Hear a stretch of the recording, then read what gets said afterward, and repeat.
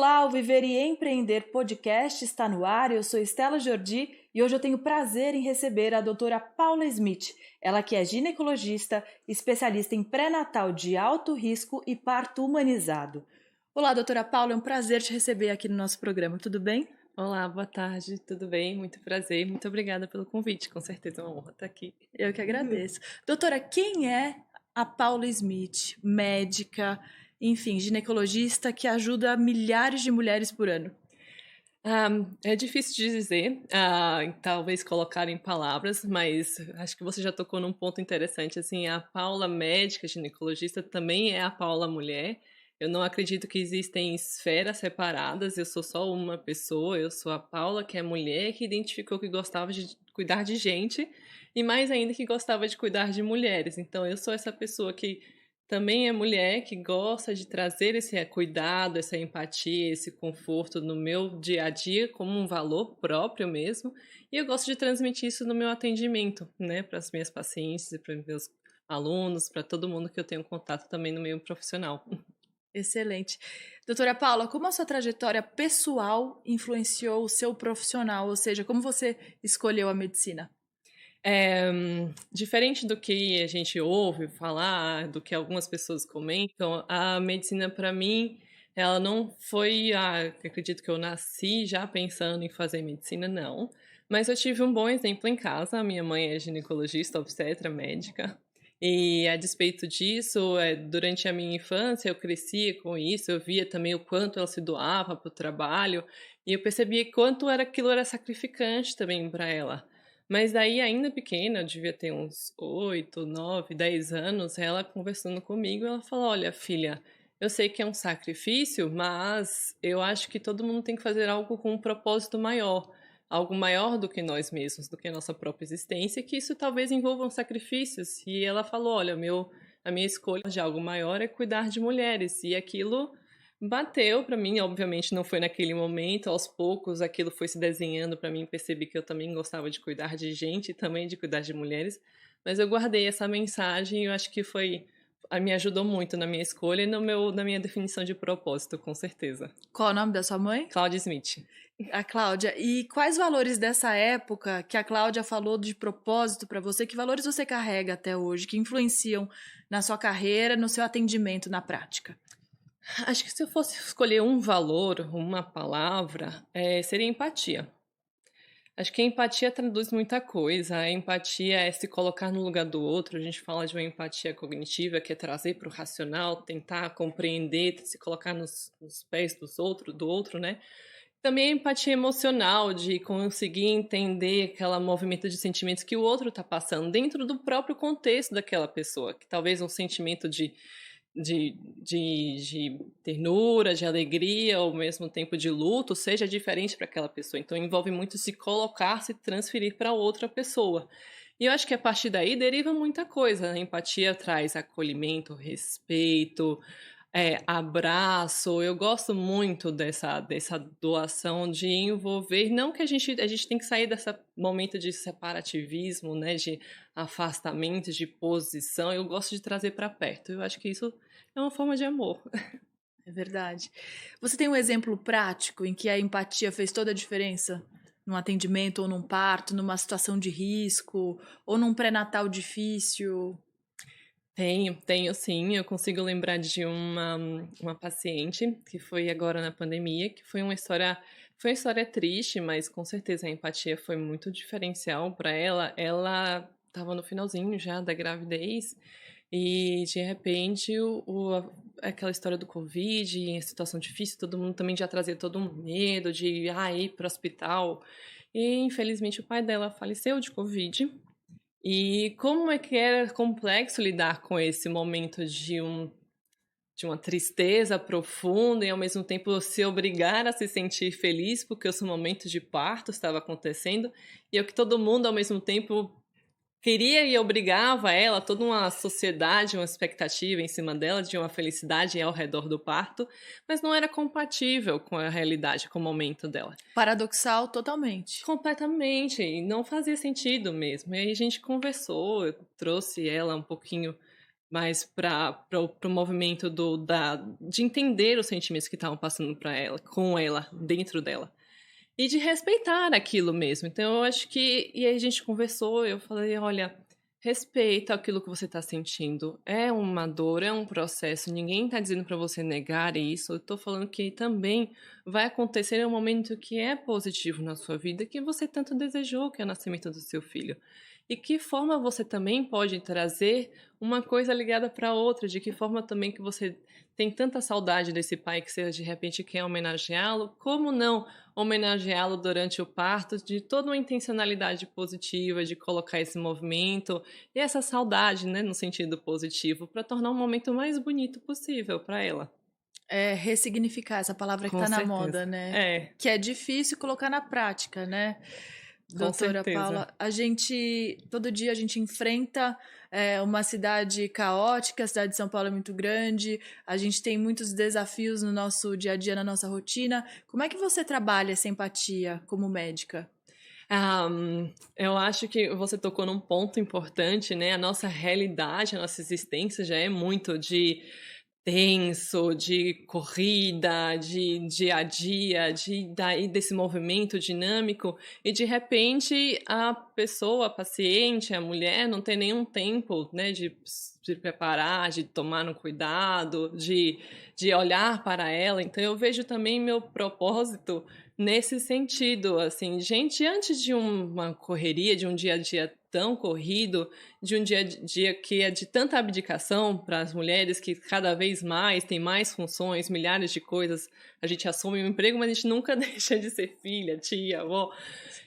Como é que eu posso ajudar essas pacientes também, com essas mulheres, a tirar um peso da realidade do medo, da preocupação, do autocuidado e ajudar elas no movimento, não só relacionado à saúde, mas sempre existe uma conversa. A gente é médico de gente mesmo, né? De mulheres, de pessoas, não de doenças. Então, eu acho que isso tem muito, traz de forma paradoxal que você falou, de trazer da realidade da correria, que ela encontre dentro do meu atendimento, do nosso espaço, do consultório, também um momento que ela pode relaxar, respirar fundo e se entregar e se abrir, porque tem muita entrega também. E eu acho que isso é uma forma de conectar. Você acha que o ser humano está muito desconectado em relação à própria natureza, principalmente as mulheres? Com certeza, sim. E existe mais do que isso também, existe uma tentativa de se reconectar, mas ninguém sabe exatamente por que caminho se reconectar. Então, como a gente pode fazer isso? Então, Isso é o mais difícil. é o mais difícil. Não tem fórmula, na verdade. Não existe um manual. A gente, se tivesse, a gente teria um manual. A gente não teria vários livros escritos sobre isso. O que eu acho que a gente pode buscar e fazer é, na verdade, cada um então encontrar a sua própria fórmula, mas eu posso também ela, como médica dela e até como amiga dela, porque não dá pra gente dizer que você também não se vincula com as pessoas que entram no seu dia a dia profissional, que você também não faz parte daquela família. Então, que isso também seja uma forma de você começar um movimento para ela, para ajudar a se conectar. Você faz uma conexão, aquilo é positivo para ela, ela sente aquilo positivo e ela percebe que ela pode retransmitir aquilo em outros momentos, outros aspectos da vida dela também. Então, aquilo dá um start. Ela faz isso no ginecologista, na ginecologista dela, de repente ela consegue fazer isso no trabalho dela, e a pessoa que ela fez isso no trabalho também vai, e assim a gente começa, né? A gente é uma pedrinha no oceano, de repente a maré vai crescendo, mas que a gente possa ser agente transformador também. É uma construção. Sim, sim, é contínuo, né? Nunca vai ser de uma hora para outra. Então, se ela perceber que só o primeiro movimento dela, perceber que ela precisa se conectar mais com ela, que ela precisa de novo se reencontrar, se cuidar nessa perspectiva de se olhar internamente e externamente, e como é que ela pode fazer isso? Ela busca esse cuidado, ela marca a consulta, aí eu já falo, olha, primeiro passo, se algo te levou a marcar uma consulta porque você quer mudar aquilo, então encare aquilo como positivo. Esqueça todos os estigmas que vêm por trás, porque eu me perdi, porque eu me esqueci, porque quem sou eu. Calma, não precisa.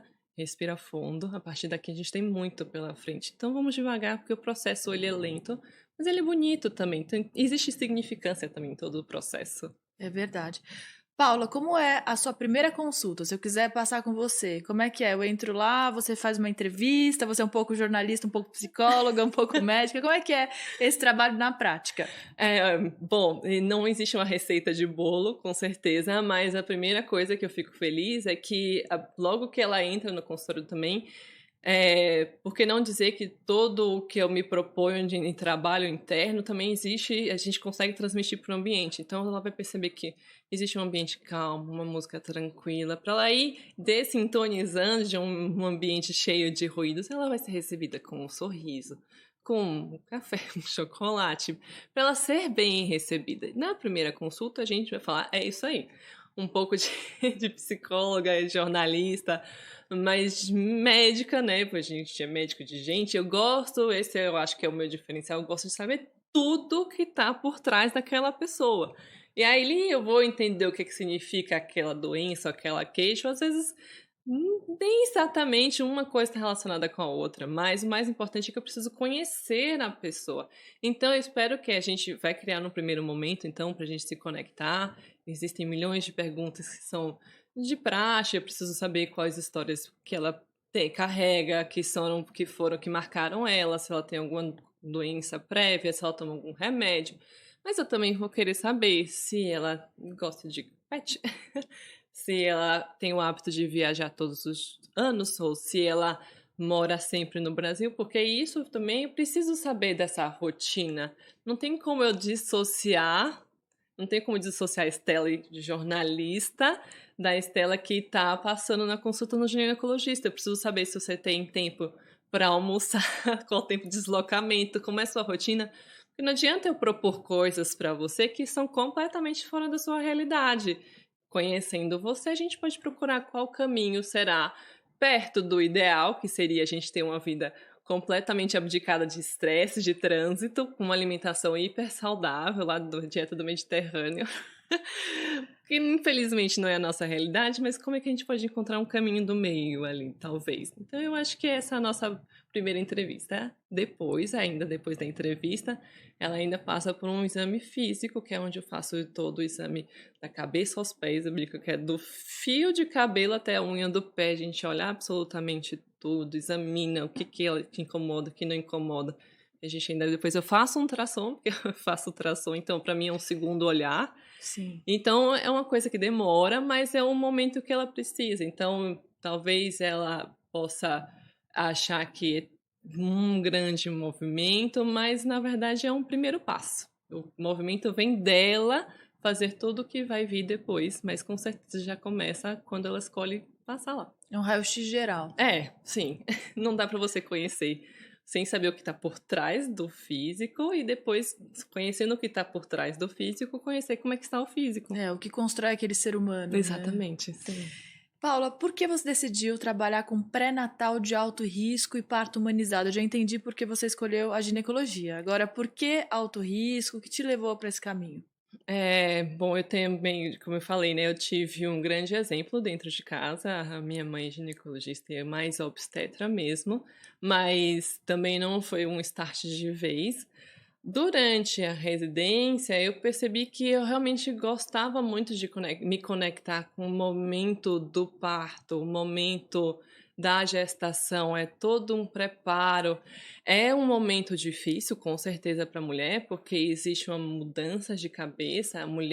A gente sabe que a mulher se reinventa a cada mês, né? Cada ciclo que acontece, ela muda de fases, mas no aspecto maior, quando a mulher que ela engravida, aquela pessoa que existia antes dela engravidar, ela é um luto mesmo, porque ela não existe mais. Agora a mulher que existe é para cá, é uma pessoa completamente diferente. Ela não vai ser mais dissociada do papel de mãe. Então, existe toda uma mudança de cabeça e é importante para ela saber como fazer essa nova fase se tornar positiva.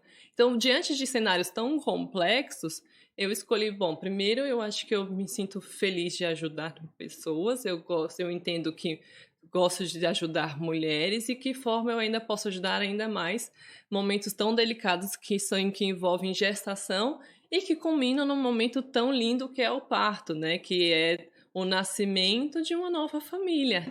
É o momento em que a mãe enxerga. É o momento que o pai vê pela primeira vez um novo bebê, um novo ser que foi gerado durante aquele tempo todo. Mas que também existiram tantas dificuldades, tantas delicadezas nesse alto risco, né, do pré-natal, mas que por si só também o próprio nome eu já acho que é muito estigmatizante, alto risco. Poderia ter outro nome. Podia ser, a gente podia dizer mulheres grávidas numa fase com condições diferentes, algo assim. Sim. Com uma fase vamos especial. Vamos criar o nome, doutora Paula. Podia. Vamos patentear esse nome, porque acho que vale a pena. A gente podia identificar algum nome mais tranquilo, assim. Sim, com certeza. E aí, que forma também, então, eu posso me tornar um instrumento para trazer aquela família para um momento um pouco mais sereno dentro de um período tão estigmatizante. E de que forma eu posso fazer a diferença dentro desse parto e que forma ele pode ser o mais humanizado. Eu posso dar nesse calor humano mais positivo para tornar aquela história ainda mais bonita. Muito bom. Então você dá a mão para sua paciente para passar de uma fase para outra. Isso. Posso dizer isso? Pode dizer isso. É isso mesmo. E de todas as fases, assim. Eu me especializei nesse pré-natal de alto risco no parto, essa parte de emergência, etc e tal, me sentir apta a ajudar se as coisas apertarem, sim. Mas, ao mesmo tempo, eu gosto de estar presente ao longo da vida da mulher. Então, ela encontra um espaço de segurança. Se ela escolher engravidar, se ela escolher não engravidar, ou se ela quer escolher um novo método anticoncepcional, acabou de engravidar, está no puerpério, ela ainda encontra também um espaço de conforto, de cuidado, e depois a vida vai acontecendo, ela vai envelhecendo, tem a transição da menopausa, os hormônio, reposição, libido, de repente ninguém fala de libido e alguém contou para ela que isso ia poder acontecer e de repente ela de novo pode se sentir sozinha, desamparada nesse momento. Assim, por que não estar lá e ajudá-la a transicionar para esse momento e dizer, olha, eu sei que é difícil, mas calma, tudo bem, porque a gente tem alternativas e eu vou te ajudar a passar por essa fase de uma forma um pouco melhor. Muito bom. E para atender de uma maneira serena, como você se cuida, doutora Paula? A gente sabe que não é fácil, você trabalha com várias situações, estávamos conversando aqui antes, para quem está ouvindo o nosso podcast, ela estava falando que a gente é esponja e digo mais, tem que ser filtro, né, doutora? Tem que ser filtro, a gente é um pouquinho esponja, não tem jeito. Quando eu decidi a profissão que eu queria seguir, ainda mais essa parte de alto risco, parto, que demanda tanto, assim, eu não consigo dissociar minha vida pessoal e profissional e por isso eu transmito todo esse calor humano dentro da vida profissional também. Ao mesmo tempo, eu também entendo que eu preciso de um autocuidado, então dentro da minha realidade eu me prezo de tomar conta do meu corpo, vigiar minha alimentação, cuidar da cabeça, meditar, fazer meu exercício físico. Até porque eu também, como eu posso orientar minhas pacientes se eu não faço isso? Então, eu acho que até vir uma conversa de amigas mesmo, assim, olha, eu tentei, de repente eu comecei a fazer uma corrida. Minha corrida tem me dado muito bem, correr no Ibirapuera de manhã. Eu posso sugerir, eu falo assim, olha, eu tenho ido no Ibirapuera de manhã, faz sentido para você? Te traz bem? Se não, você preferia fazer uma natação. Eu falo, poxa, é uma boa ideia, como? Então eu acho que eu cuido do meu corpo, cuido da minha emoção, e eu acho que isso eu posso transmitir para as pacientes também, porque só realmente estando com a saúde em dia que a gente pode ajudar outras pessoas a se manterem serenas também. Acho que tem muito disso. Você já falou que se cuida, que tem seus hobbies, medita, mas como é a sua rotina de maneira prática? E em alguns momentos você tem que deixar tudo o que você está fazendo? De verdade? Isso acontece? Com frequência. Aliás, é o que mais acontece, fugir do script. Mas tudo bem, né? A gente tem que estar sempre preparado. De novo, eu escolhi fazer isso, então eu estou preparada para isso. A minha rotina envolve acordar, fazer algum tipo de exercício físico, que seja musculação, que seja uma corrida, que é, no meu momento atual, meu hobby atual, uma forma de desconectar um pouquinho, e depois eu vou fazer os atendimentos no consultório. E eu sempre tento reservar um período na semana, um pouquinho para mim, para ficar um pouco com a família, resolver assuntos de casa. Mas como acontece, geralmente acontece fora do script, que são os partos, a qualquer hora, principalmente de madrugada, porque os bebês amam a madrugada. A Amam, gente amam. não A sabe minha por filha quê. nasceu de madrugada, Foi, tá a 1 vendo? 15 da manhã. Ah, é o meu horário preferido. É mesmo? Juro. Então ela tá 1 dentro e da 3. média. Tá, ela sabe do que é bom, e é isso. Eu tava num grupo de amigas e falei, olha, minha filha tá chegando no horário da balada. Todas as minhas amigas no bar, na balada, o bebê sempre escolhe esse horário, né? Escolhe sempre esse horário, sempre é madrugada, sempre é fora do script, porque a gente tinha marcado, falado com a mãe, olha, no dia 22 de novembro, não se preocupa que no horário XYZ a gente vai se encontrar no outro hospital e tal. Não, mentira, tá? Não foi nada do combinado, vai ser fora, mas tudo bem, a gente tá pronta. Quando eu escolhi fazer isso, eu sabia que eu me colocaria à disposição. Isso envolve essa disposição emocional de estar disponível por telefone, WhatsApp, esse fácil acesso, né, que eu gosto de ter com as minhas pacientes, e principalmente na rotina de dia a dia, de ter que se virar, pegou o telefone, ligou para a equipe e falou, então vamos lá, vamos fazer nascer, vamos que vamos. Ah, que legal. Qual é o principal autocuidado que a mulher grávida precisa ter para passar por um parto humanizado de sucesso? Se é que a gente pode usar essa palavra, né? Porque cada parto é um parto. Mas o que é mais importante para uma mulher gestante passar por essa fase da melhor maneira? Eu acho que você tocou num ponto que eu acho super bonito, é bem polêmico, como você falou, mas o que a gente fala de conceito de humanização, de parto humanizado, primeiro que a gente tem que tirar esse estigma de parto, só existe parto humanizado se o parto é via vaginal, porque o parto pode ser humanizado se ele for parto cesariano também. Por outro lado, se não for um parto vaginal, e se for um parto vaginal e ela não estava querendo aquele parto daquele jeito, como é que a gente pode dizer que ele foi humanizado? Porque o parto humanizado é quando você cria um momento que é um momento delicado do parto e aquilo evolui da forma mais respeitosa e cuidadosa e acolhedora e segura para a mãe e para o bebê, eu digo até para o pai também, tá? Tem Pra... pai que passa mal. Tem. Para aquela família de uma forma que aquele momento pode ser o mais bonito, mais respeitoso e mais seguro possível. Então, primeira coisa, eu acho que envolve a respeito à decisão e escolha da paciente. A gente vai colocar sempre na balança, existem prós e contras de um parto vaginal, de um parto cesáreo, sim, mas existe o que aquela mulher, aquela pessoa, aquela paciente se relaciona com cada um dos temas, porque se de repente ela traz um estigma de uma vida inteira, de um medo intenso de passar por uma dor, e ela tenta trabalhar aquilo em terapia, em fisioterapia, e aquilo não faz sentido para ela, eu não vou dizer que o parto vaginal para ela vai acabar fazendo sentido, mesmo ela sabendo que existem todas as formas de analgésia de parto, parto sem dor e tudo mais, mas só o próprio nome, o medo, aquilo já traz um estigma pesado para ela. Então, primeiro é ser respeitoso. Por outro lado, se aquela paciente ela não tem uma rede de apoio, ela não se sente pronta, ela prefere fazer um parto cesariano, que seja, tudo bem se for melhor para ela. Mas se ela gostaria e se ela topar entrar na ideia, no trabalho mental, no trabalho do corpo, o corpo da mulher ele nasce para isso, então ela já tira também um peso dessa história de eu não vou conseguir, que muita gente acaba falando para a mulher ao longo da gestação e que não ajuda em absolutamente nada. Ou, nossa, se o bebê tá enorme, como é que você vai passar por isso? Não tá encaixado, não desceu, mas você tem certeza? Calma. Porque o da fulana não deu certo. Calma, tem tudo para dar certo. Você quer um parto vaginal humanizado? Vamos fazer acontecer. E meu papel é trazer muita segurança. Eu falo, olha, aqui tá seguro, você tá bem, o bebê, do coração do bebê tá bem. Dá pra ir, vamos, um pouquinho mais.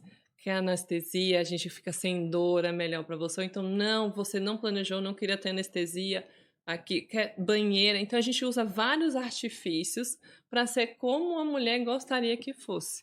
Por outro lado, também gosto de tirar tanto peso de cima de uma data só. Eu falo para as minhas pacientes, a gravidez é como se a gente...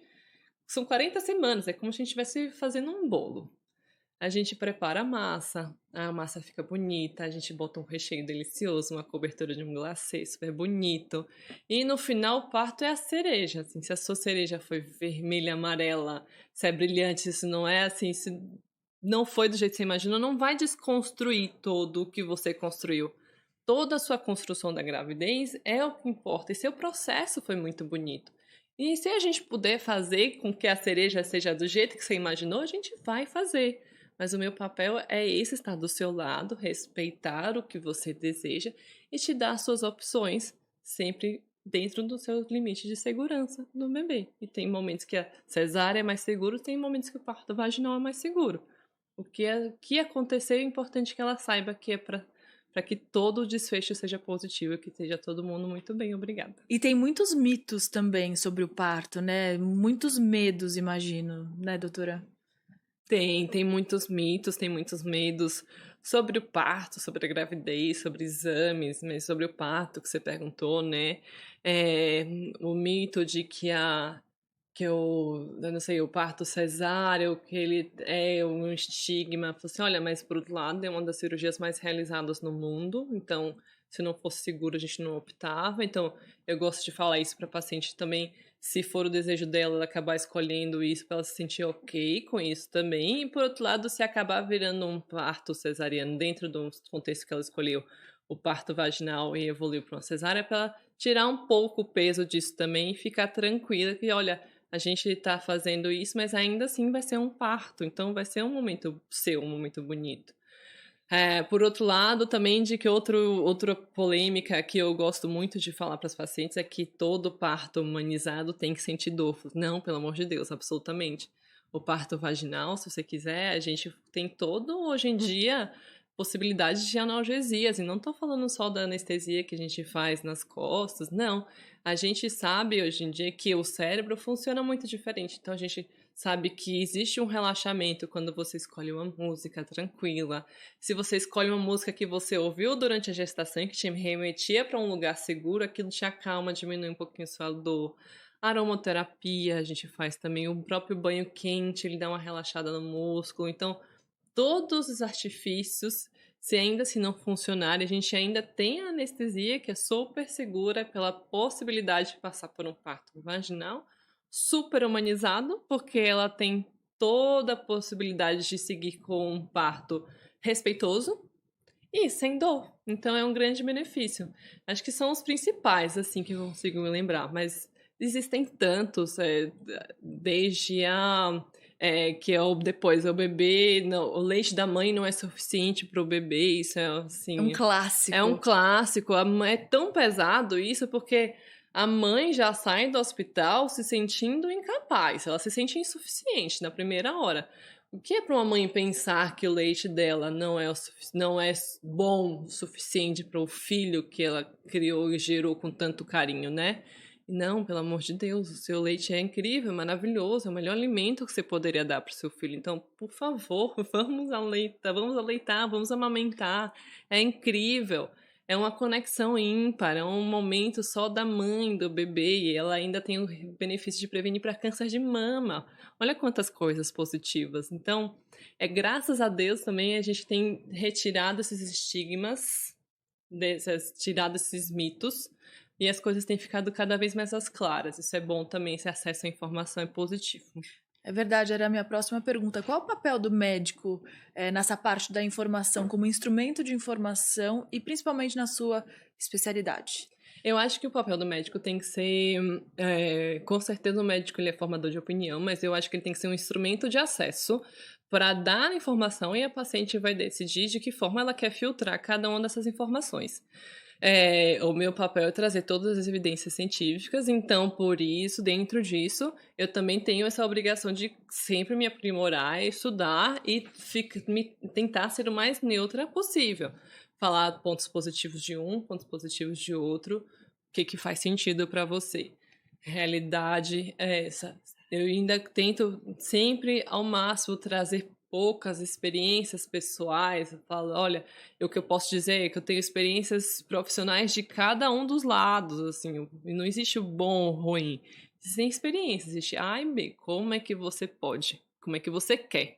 E o que eu posso te trazer com relação às dúvidas que você tem? Então, eu acho que o papel do médico é trazer informação, dar um tempo para o paciente respirar, entender, capturar aquelas informações dentro da sua cabeça, da sua realidade, do seu contexto, formular suas ideias e suas dúvidas e trazer um retorno também para o médico, e o médico dar sequência a esse andamento de formação, de opinião e do que faz sentido para o paciente. Até porque é importante esse filtro do médico, né? Senão o Dr. Google estava fazendo. Faz muito sucesso, mas não deveria fazer tanto sucesso. Assim, o médico ainda sim deve ser a A principal referência. fonte para alinhar um pouco mais e filtrar tantas informações que a gente recebe e são bombardeadas, mas nem sempre se aplicam para todo mundo. Mudando um pouco de assunto, doutora Paula, o que é empreender para você como médica? E como é empreender como médica? Porque eu sei que vocês não aprendem isso na faculdade. Não, a gente não aprende, com certeza é difícil. E até um pouco, como dizer assim, a gente se sente um pouco desafiada na hora, e um pouco até culpada, porque a gente vem de uma história, de uma formação, que a medicina tem muito a ver com sacerdócio, de doação. E a gente já traz muita doação dentro da nossa formação, a gente abdica de horas de sono, de horas de lazer com famílias, com amigos, porque tem que estudar, já o pré-vestibular já é super difícil, depois prova de residência, sempre muita atenção. E aí, de repente, a gente passa pela faculdade, que já é difícil, e depois na faculdade a gente sempre recebe um script. De repente não tem mais script. Isso é muito difícil. De repente você está no mercado de trabalho. Te prometeram que de repente você ia sentar atrás da bancada do consultório e seus pacientes iam aparecer. Isso não acontece, né? O que é empreender? Primeiro é empreender como mulher, né? Que também já é um super desafio. Uma mulher nova, mais jovem, porque também tem todo esse estigma de uma medicina que é domada por catedráticos, por pessoas mais velhas e que trazem em si por si só a imagem Da da sabedoria. sabedoria, né, de dominadores de informação e detentores absolutos da informação, que é o que a gente tem desconstruindo, graças a Deus também. A gente percebe que essas pessoas não são só elas que sabem, e até essas pessoas têm saído desse papel também para cada vez mais pulverizar as informações, mas dentro desse contexto de empreender, tem muito a se colocar à disposição e, mais do que nunca, acreditar no que você está fazendo, né? Quando eu entendi que eu gostaria de cuidar de mulheres, de pré-natal, de alto risco, eu tenho que entender também qual o meu diferencial e de que forma eu posso colocar esse diferencial como uma própria propaganda para mim mesmo, né? Porque quando você empreende, você tem que fazer um certo marketing do seu negócio. E eu entendi que eu trago muito essa empatia, essa proximidade, e o que eu tenho que fazer disso como um instrumento que a paciente primeiro veja, porque também a paciente não tem a obrigação de saber aquilo, ela não vai me olhar na rede social e entender aquilo. Então, como é que eu posso passar o que eu penso, o que eu sinto, o que eu desejo para ela se eu não me comunico? Se comunicando. Tenho que me comunicar, eu tenho que aparecer, eu preciso me portar, eu preciso conversar com ela. E graças a Deus também, o boca a boca tem muito, a coisa retorna quando você acredita muito no que você está fazendo. A gente tem tido boas respostas das pacientes que gostam dessa ideia do acolhimento, cuidado, respeito, empatia, e de alguém que ajuda elas a passar por tantos momentos difíceis, tantas fases difíceis. E isso é o retorno que a gente percebe positivo, é que elas retornam, que elas se sentem bem. Uma vez a paciente falou para mim que ela fica feliz no momento que ela marca a consulta. Quando ela marca a consulta, ela desliga, fecha o WhatsApp, ela desliga o telefone e fala, nossa, já tirou um peso nas costas, porque eu sei que eu tô com consulta marcada, né? E eu fico mais feliz ainda quando vem as amigas das amigas, assim, porque a gente sabe quanto é pesado, importante uma indicação nossa, porque você tá colocando seu nome, né? É Uma verdade. coisa pessoal sua. Então, e ainda mais um ginecologista, que é alguém tão íntimo, né, da sua vida. Então, se você escolhe um ginecologista e você ainda assim dá a dica daquela ginecologista para amigas, pessoas conhecidas, é porque a gente percebe que está no caminho certo. Então, eu gosto de acreditar que a gente está seguindo na nossa intuição. Sem dúvida. Como você pretende impactar a vida das mulheres ao longo dos anos, doutora? Eu acho que, primeiro, não só impactar mulheres para impactar outras mulheres, mas eu gosto de impactar homens para cuidar melhor de outras mulheres também. Eu falo isso com os meus alunos também da residência na Santa Casa, e eu falo isso com as pessoas que têm cuidados, que cuidam de outras mulheres e que em algumas conversas começam a perceber que poderiam ter um cuidado diferente com uma mãe, com uma avó, com uma tia, que a vida daquelas mulheres foi mais difícil, né? Então eu gosto de pensar que toda essa conversa e esse espaço de autocuidado promove um nível de assistência mais próximo e mais íntimo, diferente de um afastamento que a gente está acostumado a ter em outros tipos de atendimento, aquele distanciamento, aquela separatividade. Eu acho que isso não tem mais espaço. Eu acho que tem muita doação, mas tem muita união também. É uma unidade. A gente forma uma unidade com a paciente. E no momento que você torna aquilo uma unidade, você traz uma proximidade emocional muito maior. Isso faz conexões. Eu gosto de pensar que a gente pode se conectar com outras pessoas.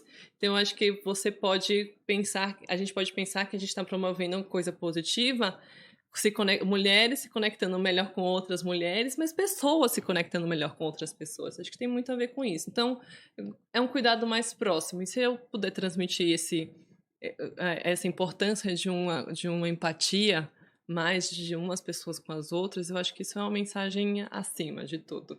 Muito bom, muito bom. Quero saber um pouco mais sobre o seu trabalho na faculdade. Como é que é a sua relação com os alunos? Do que é exatamente a sua aula? Como é que funciona? Eu sou professora da residência na Santa Casa, então a gente diz que é chefe de plantão no centro obstétrico, então minha responsabilidade, todas as quartas-feiras eu estou lá com os residentes, que eles já são médicos, e eles agora estão estudando, se aprimorando para fazer ginecologia e obstetrícia, e a minha parte é mais ficar nessa assistência obstétrica. Então, como a gente pode conduzir casos de partos de alto risco, de gestações de alto risco, e os próprios partos, de que forma a gente pode tornar esses partos mais humanizados, né? Essa é a minha realidade. E aí isso envolve de fazer ultrassom, fazer um parto, fazer um fórceps, um vácuo, partos de alto risco, partos de urgência, até partos humanizados também, discutir casos de indicações, de resolução, e ao mesmo tempo eu gosto de me colocar para eles, eu brinco para eles, eu falo assim, olha, eu já fui residente, eu era residente até outro dia, então não entendam que eu sou alguém separado, de novo aquela coisa da proximidade, eu não sou, porque é professora, porque é chefe, não sou essa pessoa. Eu gosto que vocês me vejam como uma irmã mais velha, porque eu já passei por tudo isso, eu sei o que vocês estão pensando, eu sei como é difícil perder noite. E eu digo para vocês que depois da residência vocês vão passar por essa e essa dificuldade no empreendedorismo e tudo mais, mas como é que eu posso ajudar vocês na vida de vocês aqui dentro da residência, no escopo ainda da ginecologia, da obstetrícia, na realidade profissional, ou que seja na realidade pessoal, porque vocês vão se deparar ainda com dificuldades de conciliar a vida profissional com a vida pessoal. Assim, olha, eu espero que vocês sintam que eu sou sempre um ponto de apoio. Qual é o principal conselho, doutora, que você dá para os seus alunos no dia a dia, para quem quer seguir seus passos de fato? Ou quais conselhos, né? Porque imagino que não seja só um. Eu acho que é sempre identificar o que você gosta e seguir. No momento que o mais difícil é você identificar o que você quer. No momento que você conseguiu identificar o que você deseja, o que você almeja, porque a residente tem muito isso, o aluno tem muito isso, todo mundo tem um pouco disso, né? Eu gostaria de fazer todas as aulas, me fazer todas as pós-graduações, todos os mestrados, todos os cursos. Olha, talvez, infelizmente, você não dê conta, mas você pode escolher uma coisa que você gosta e você pode seguir naquilo. E que bom que você tem amigos que gostam de fazer as outras coisas, então todos os seus amigos podem se ajudar e te ajudar também. Mas no momento que você identificou uma coisa que você gosta, a gente é uma antena de rádio, né? A gente começa a receber, a se canalizar, intuir, e quando aquilo fica muito claro na sua mente, olha para frente e segue, porque em algum momento as coisas vão acontecer para a vida dar certo. Sempre vão existir momentos que você fica na dúvida, sempre vão existir momentos de tensão, de será que eu tô de se perguntar, será que eu tô fazendo a coisa certa? Mas quando você segue no seu propósito, as coisas fazem de uma forma, se conectam, que no final com certeza vão dar. E eu posso dizer para vocês que dá certo, acreditem. Eu tenho experiências disso. Eu também acredito, doutora. Também tenho muitas mensagens sobre isso. Que mensagem você gostaria de deixar hoje, doutora? Algo que vem à sua mente em relação ao empreendedorismo, não só dentro da medicina, mas o que é importante para uma pessoa seguir em frente? Acho que se eu for deixar uma mensagem, então, de novo, é o que eu pensei, o que eu comentei em relação a acreditar no seu propósito. E quando você realmente acredita, você é convicto naquilo que você faz e que você é bom naquilo que você faz, no seu projeto e que você acredita no seu diferencial, você precisa expor esse seu diferencial. Porque as pessoas precisam ver, a gente precisa de mais exposição e menos retração.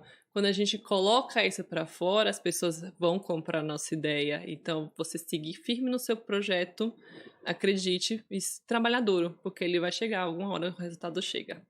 Chega mesmo, doutora. Muito obrigada pela sua participação. Obrigada, foi um prazer conversar com você. Foi uma aula. Eu quero que você volte sempre, tá bom? Obrigada, muito prazer. Obrigada mesmo. Hoje eu tive o prazer de conversar com a doutora Paula Smith, ela que é médica ginecologista, especialista em pré-natal de alto risco e parto humanizado. Viver e Empreender Podcast fica por aqui. Muito obrigada pela sua companhia e até mais. Tchau, tchau.